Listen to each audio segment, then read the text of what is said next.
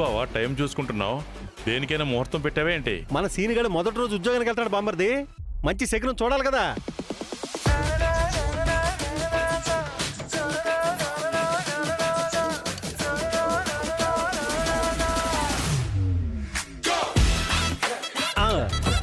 వచ్చాడు.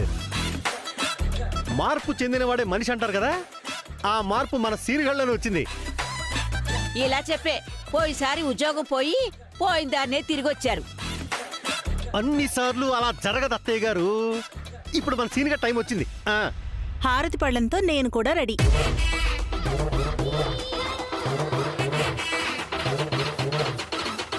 Scene class గా ఉన్నావు.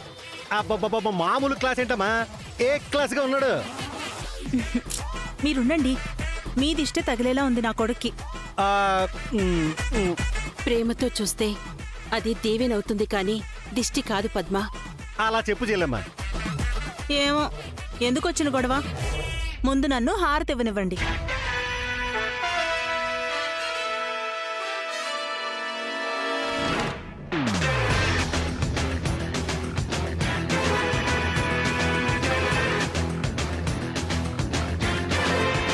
పాతికేళ్ల తర్వాత అయినా ప్రయోజకుడు అవుతున్నావు. నువ్వు ఇలాగే దినదినాభివృద్ధి చెంది తొందరలోనే నీ బాస్కి బాస్ అవ్వాలి.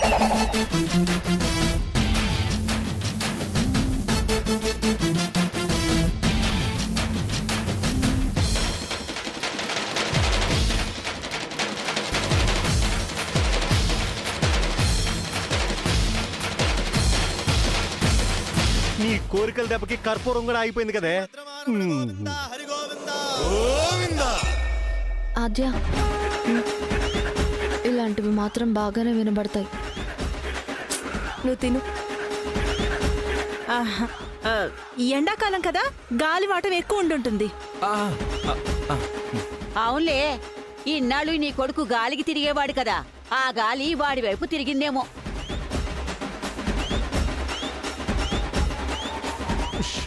మధ్యలో ఈ ముసలు ఒకటి.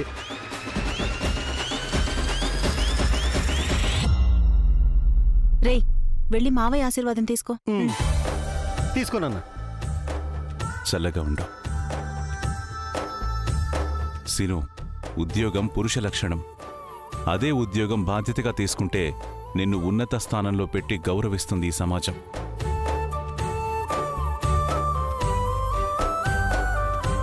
నువ్వు ఉద్యోగంలో మంచి పేరు తెచ్చుకుంటే నిన్ను కన్న తల్లిదండ్రులకి మంచి పేరొస్తుంది. అది గుర్తుపెట్టుకో సీనయ్యా. అయితే వీడు పోగొట్టుకున్నది కూడా వెతుక్కుంటూ వస్తుంది కదా చెల్లెమ్మా. కోరిక బలంగా ఉండి సంకల్పం మంచిదైతే ఖచ్చితంగా వస్తాయన్నయ్య. అది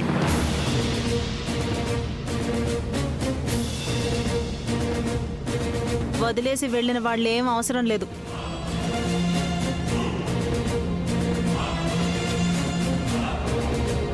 సీనుకి తెలుసులేండి, తనేమైనా చిన్నపిల్లోడా. అన్నీ కలిసొస్తే ఈ పాటికి నాన్న అనిపించుకునేవాడు.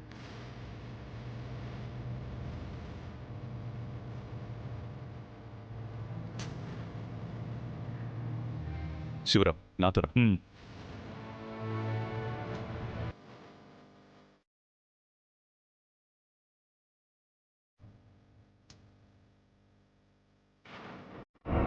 పదరా వెళ్దు, నేను ఎదురొస్తాను పదా. వద్దు. ఫస్ట్ టైం ఎదురొస్తే ఏమైందో తెలిసింది కదా, వద్దులే.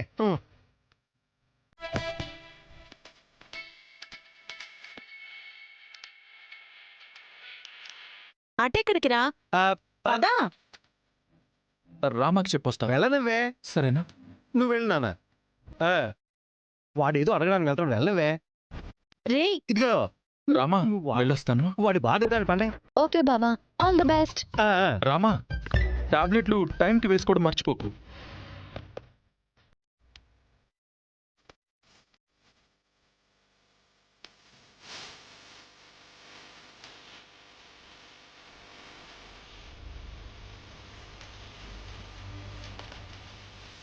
సరే బాబా.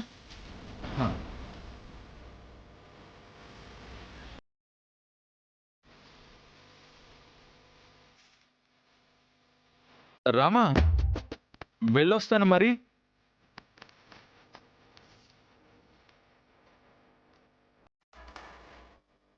రామా అదే నాకు చాలు. నువ్వు వెళ్ళి ప్లేట్ పెట్టేసిరా, కాలేజ్కి వెళ్దాం.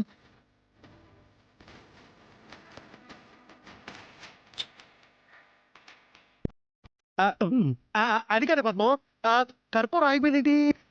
మీరు ఆగండి. వెళ్ళు.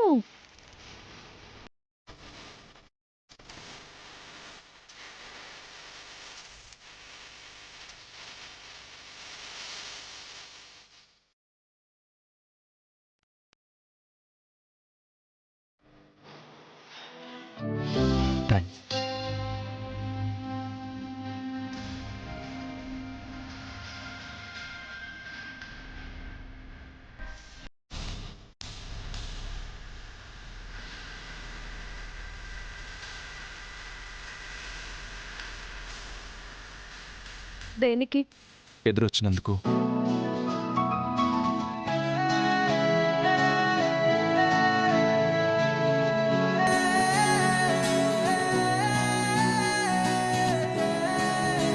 All the best.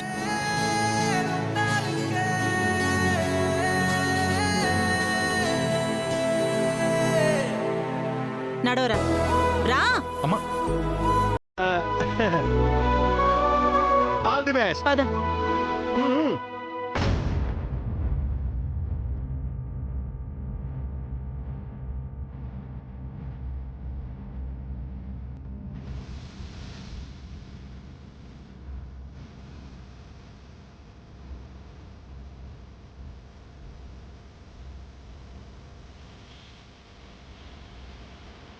ఆగిన నీ ఆటని తిరిగి కొనసాగిస్తానని, హాకీలో నువ్వు అనుకున్న స్థానాన్ని సాధిస్తానని చెప్పు, నేను సంతోషిస్తాను.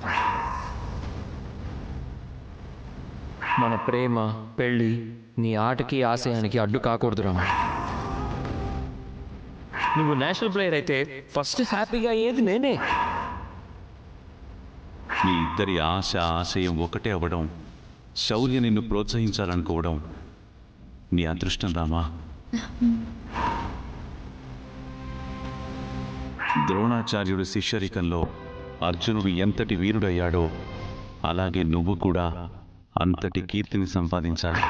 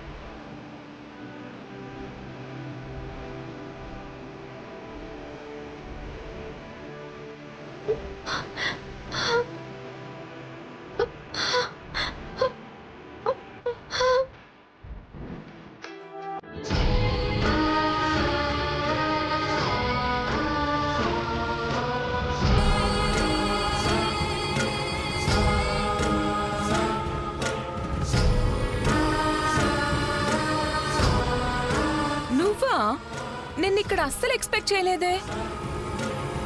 లేగదూడ తన అమ్మనెత్తుక్కుంటూ వచ్చినట్టు గ్రౌండ్ దగ్గరికి బాగానే వచ్చావు. అయినా ఎలా వచ్చావు? ఓ, కుంటుకుంటూ వచ్చావా? పాపం, హాకీ స్టిక్ తో గోల్ వేయాల్సిన నువ్వు ఇలా ఫౌల్ అవుతావని ఊహించలేదు కదా.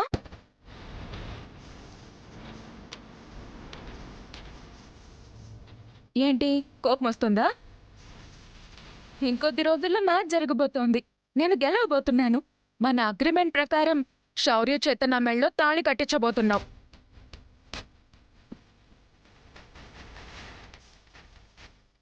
ఇంతకీ ఎలా చేద్దాం అనుకుంటున్నావు మా పెళ్ళి? అంగరంగ వైభవంగానా? హంగు ఆర్భాటం లేకుండానా? నాకేదైనా ఓకే. నాకు కావాల్సింది శౌర్యతో నా పెళ్లి జరగడం. పెళ్లి గురించి మాట్లాడావంటే పళ్ళు రాలిపోతాయి. ఏ పళ్ళు? ఆపిల్ పళ్ళా, అరటి పళ్ళా, దానిమ్మ పళ్ళా, ద్రాక్ష పళ్ళా? నీ 32 పళ్ళు. Good joke. నాకు నవ్వు రాలేదు. చూడు రామా, నేను జెన్నీ ఆంటీ గెటప్ వేసినా, ఫన్నీగా బిహేవ్ చేసినా, నీతో తన్నులు తిన్నా, ఇక తప్పక నీ కాలు విరక్కొట్టినా అన్నీ నా శౌర్య కోసమే, తనతో పెళ్లి కోసమే. అలాంటిది పెళ్లి గురించి కాక ఇంక దేని గురించి మాట్లాడాలి? అయినా ఇప్పుడు ఇంతకంటే ఇంట్రెస్టింగ్ టాపిక్, ఇంపార్టెంట్ టాపిక్ ఇంకే ఉంటుంది. నువ్వు గెలిచినప్పుడు మాట్లాడు. గేమే లేనప్పుడు విన్ను వన్ సైడే కదా. గేమ్ లేదని ఎవరు చెప్పారు నీకు? హా? గేమ్ ఆడుతున్నాం. నీ పొజిషన్ నీకింకా అర్థం కాలేదనుకుంటా. నువ్వు ఈ మ్యాచ్ ఆడలేవు. నీకు ఈ గేమ్లో ఉన్న ఆప్షన్స్ తెలియదు అనుకుంటాను. నా ప్లేస్లో ఇంకెవరైనా ఆడొచ్చు. ఓ, లాజిక్ తో కొట్టావా? మ్యాచ్ కూడా కొట్టబోతున్నాను. ఎవరితో ఆడిస్తావు?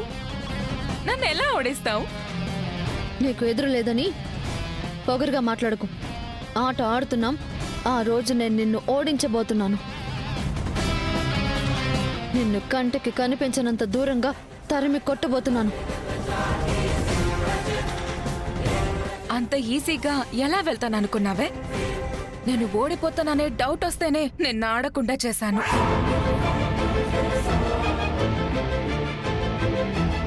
అలాంటిది శౌర్య నాకు దక్కడు అని తెలిస్తే అసలు నేను బ్రతకనిస్తాననుకున్నావా?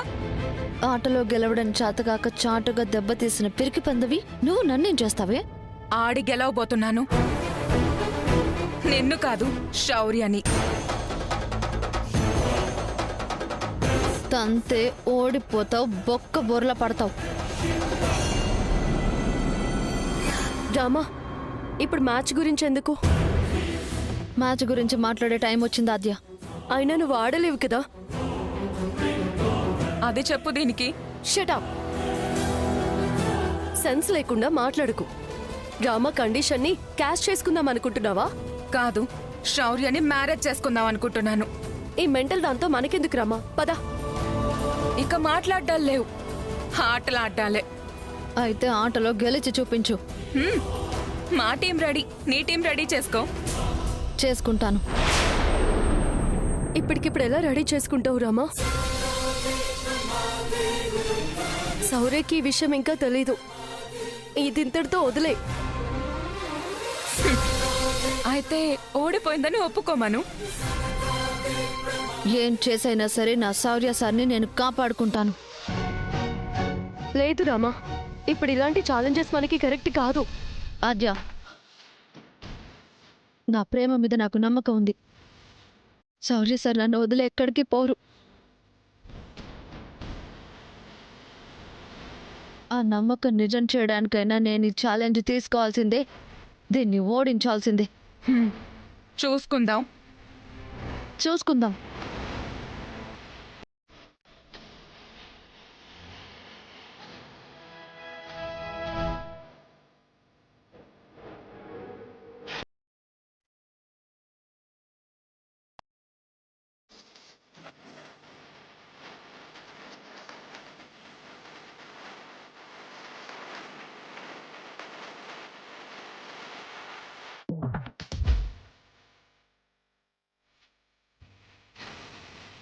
ఓ, చాలా టైం ఉంది ఇంటికి వెళ్ళడానికి.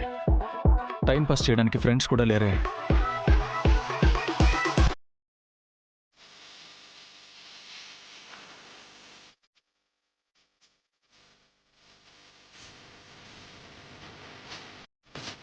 సార్,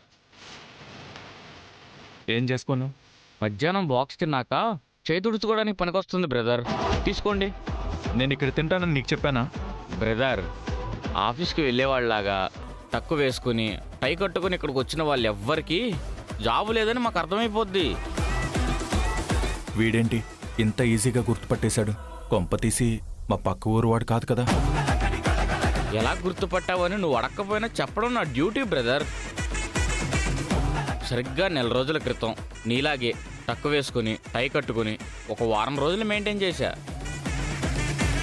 కానీ అబద్ధాల ఖర్చు ఎక్కువ కదా, కాస్ట్ పెరిగే కొద్దీ నేను వేస్ట్ అని అర్థమైంది. ఆ తర్వాత ఇదిగో ఏ పని దొరికితే ఆ పని చేసుకుంటున్నాను. నీలా నేను చేయలేను. నువ్వు ఒక్కడవే అనుకో బ్రదర్, గొడవ ఉండదు. నీ ఫ్యామిలీ కోసం అయితే తప్పదు కదా. ఇదిగో 5,000 పాంప్లెట్ పంచావు అనుకో, 500 వస్తాయి. చేస్తావా? ఏయ్, వెళ్ళు. పాంప్లెట్స్ పంచాలా నీకు? వెళ్ళు. నీ ఇష్టం.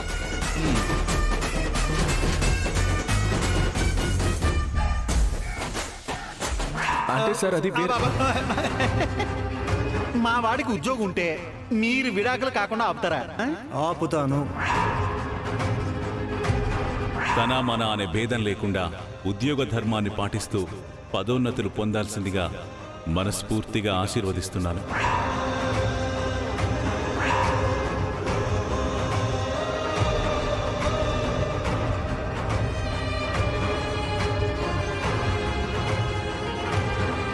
All the best.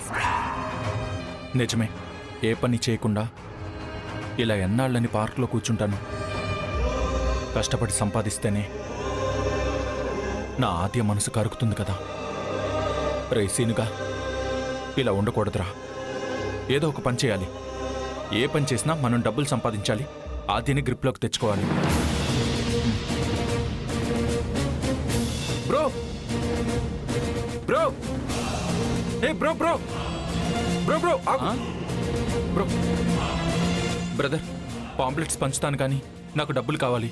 చిరాకుతో నా మీద అరిచిన 5 నిమిషాల్లోనే చిరునవ్వుతో వచ్చావంటే నువ్వు చాలా గొప్పడు అయిపోతావు బ్రదర్. దా నేను ఎక్స్ప్లెయిన్ చేస్తాను. దా.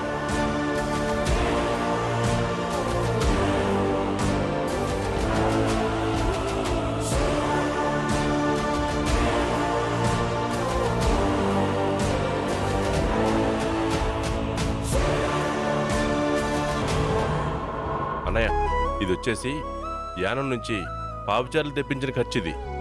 ఒకసారి చూడండి. ఎరువులు తెప్పించారా?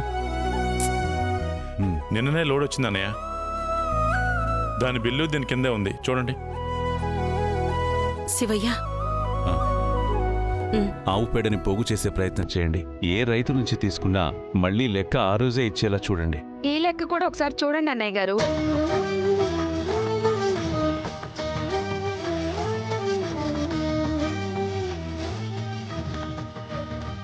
ఏంటది? మూట. అదే ఏం మూట అని. విప్పి చూస్తే పోలా? నేను ఎందుకున్నాను ఇక్కడ? ఇలాంటి మూటలని విప్పడానికే కదా.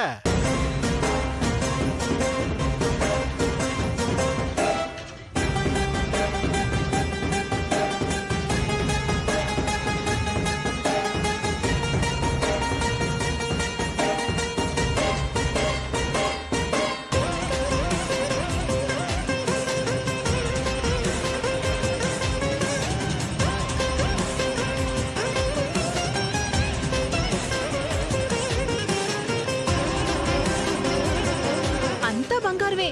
నువ్వు కూడా దుబాయ్కి వెళ్ళొచ్చావా అక్క? అలా అంటావేంటోదినా?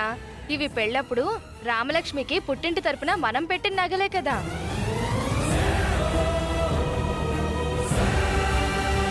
అవును, ఇవి ఇక్కడికి తీసుకొచ్చారేంటి ప్రమీళ గారు? మీ కూతుర్ని మీ ఇంటికి తీసుకొచ్చేశాక ఇవి మా ఇంట్లో ఉండడం దేనికి?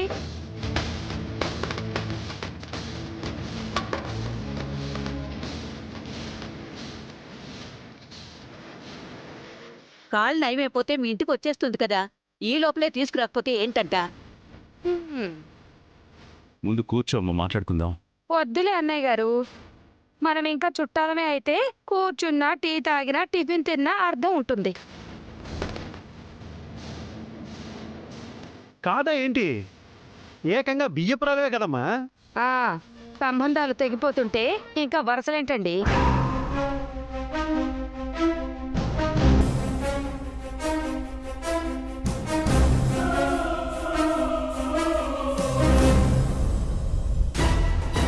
రామా, ఎందుకు ఇలాంటి నిర్ణయం తీసుకున్నావు? చెప్పాను కదా, ఈ విషయం ఎవరికి తెలిసినా దాన్ని యాక్సెప్ట్ చెయ్యరు అని. అసలు డైజెస్ట్ చేసుకోలేం కదా. నేను నిన్ను ఎంత ప్రేమించాను, నేను నిన్ను ఎంత ఇష్టపడ్డానో అందరికీ తెలుసు. మన ప్రేమని పెళ్లిగా మార్చుకోవడానికి మనం ఎంత కష్టపడ్డామో మర్చిపోయావా? మావయ్య వాళ్ళని ఒప్పించడానికి శ్రీను బ్రో, ఆద్యాలు కూడా పెళ్లి డ్రామా ఆడాల్సి వచ్చింది. ఇప్పుడు గేమ్ గెలిస్తే గ్రౌండ్ సొంతం అవుతుందని అందరికీ తెలిసిన విషయమే కదా. కానీ ఎందుకు కావాలని నిన్ను రెచ్చగొట్టి శౌర్య మీద ఎందుకు పందెం కట్టాలి? మన ఇద్దరిని వేరు చేయడానికి అలా చేసింది. అదంతా కుట్ర రామా. దేవుడి దిగొచ్చినా మనల్ని ఎవరూ వేరు చేయలేరు సార్.